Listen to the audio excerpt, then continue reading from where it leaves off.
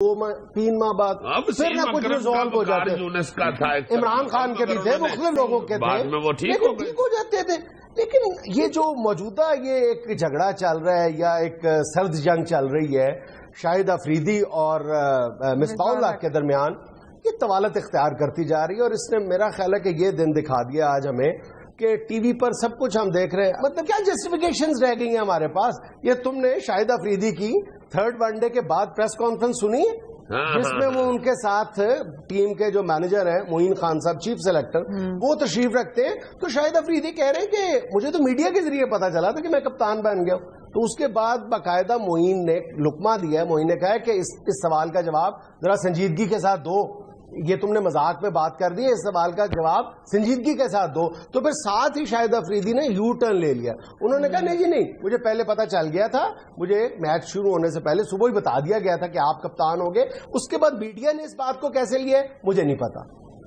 دیکھو مطلب میں شاہد افریدی کی بہت عزت کرتا ہوں اور اس کو سمجھتا ہوں کہ شاہد افریدی میں ابھی بہت زیادہ کرکٹ باقی ہے. وہ ایک لمبے عرصے تک جتنی بھی اس کے اندر ہے وہ بھرپور پوٹینشیل اس کے اندر اس طرح کا ہے کہ کسی وقت بھی وہ میچ کا پانسا پلٹ سکتا ہے.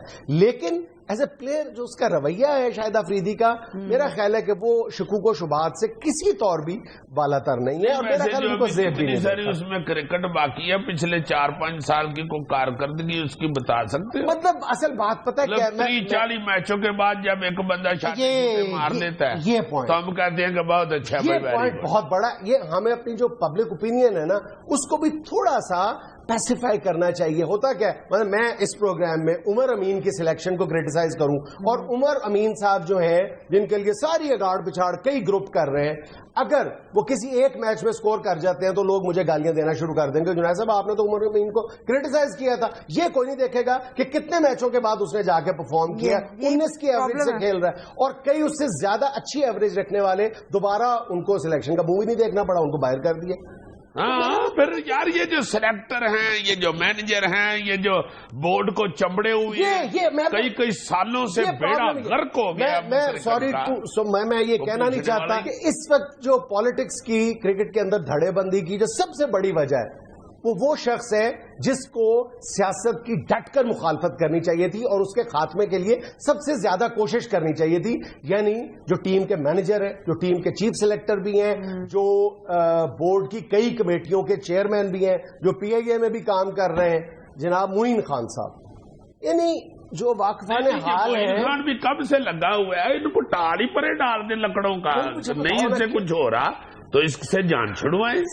بھائی کوئی ضروری نہیں ہے کہ ایک بندے سے کام نہیں ہو رہا تو وہ کہے نہیں جی میں ٹھیک ہوں باقی سارے غلط. اب دیکھو نا شاید بھائی نہیں رزلٹ تم سے دیا جا رہا, جاؤ اپنا کام کرو اور جا کے کام کرو. کتنا بڑا نام ہے شاہد افریدی کا, کتنا بڑا نام ہے, کتنے شاندار ریکارڈ ہے. دیکھو یہاں سے شروع ہوتا ہے شاہد افریدی. نہیں یار ایز اے پلیئر وہ بہت بہت بڑا پلیئر ہے. 4 شاٹیں مارتا ہے, تم بھی بچوں کے ساتھ مل جاتے ہو. بچوں کے ساتھ دیکھو مخالف ٹیم پر اس کا دباؤ بہت زیادہ ہوتا ہے. بڑا دباؤ ہی آسٹریلیا نے دیکھا نہیں کتنے دباؤ. ایسے تو کئی پلیئر اس طرح تو مصباح الحق نے بھی کچھ نہیں کیا پوری سیریز میں, مصباح الحق نے بھی کچھ نہیں کیا. لیکن مصباح الحق نو پلاچ پال اس کو نہیں کس کو پھر رکھیں یار, آگے بچے لائیں یار بچے. اچھا یہ بھی ہماری بہت بڑی خوش گمانی ہے, ہمیں اس خمار سے بھی باہر نکل آنا چاہیے کہ ہمارے پاس جو نئے نوجوان کھلاڑی ہیں, نیا ٹیلنٹ بے شمار ہے.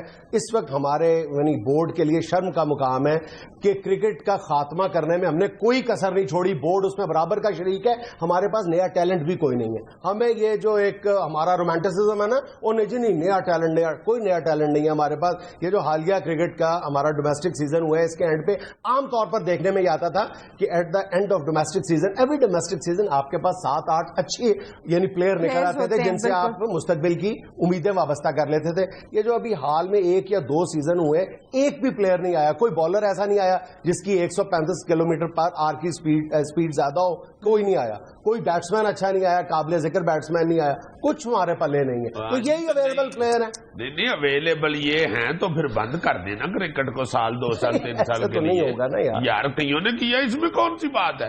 3-4 سال لگا کے ٹیم تیار کریں گے بے عزت ہونے کے لیے جانے. بہرحال کرکٹ میں حصہ تو لینا ہے نا, ہم باہر تو نہیں ہو سکتے, لیکن پرابلم یہ ہے کہ اس کے لیے کوئی پلاننگ کی جائے. پورے مطلب ملک کی ایک بڑی آبادی جو ہے اس کو ایک پیشن سمجھ کے اس کو دیکھتی ہے, اس کے لیے کچھ تو سنجیدگی سے سوچا ہے. بالکل مذاق بنا کے رکھ دیا ہم نے. ایک بڑی امپورٹنٹ بات ہے, کرکٹ کی اس تباہی میں ہم لوگوں کا بھی بہت بڑا ہاتھ ہے. میڈیا پرسنالز کا اتنا بڑا ہاتھ ہے سلیکشن میں, بورڈ کے معاملات میں.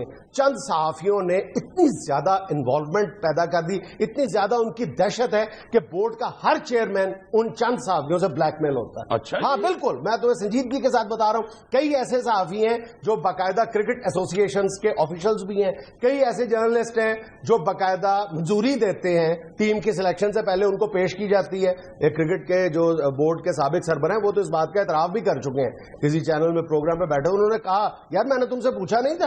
اسی میزبان کو کہہ رہے ہیں, اینکر کو کہہ رہے ہیں یار میں نے تمہیں ٹیم سلیکشن سے پہلے پوچھا تو تھا, مشورہ تو کیا تھا تم سے.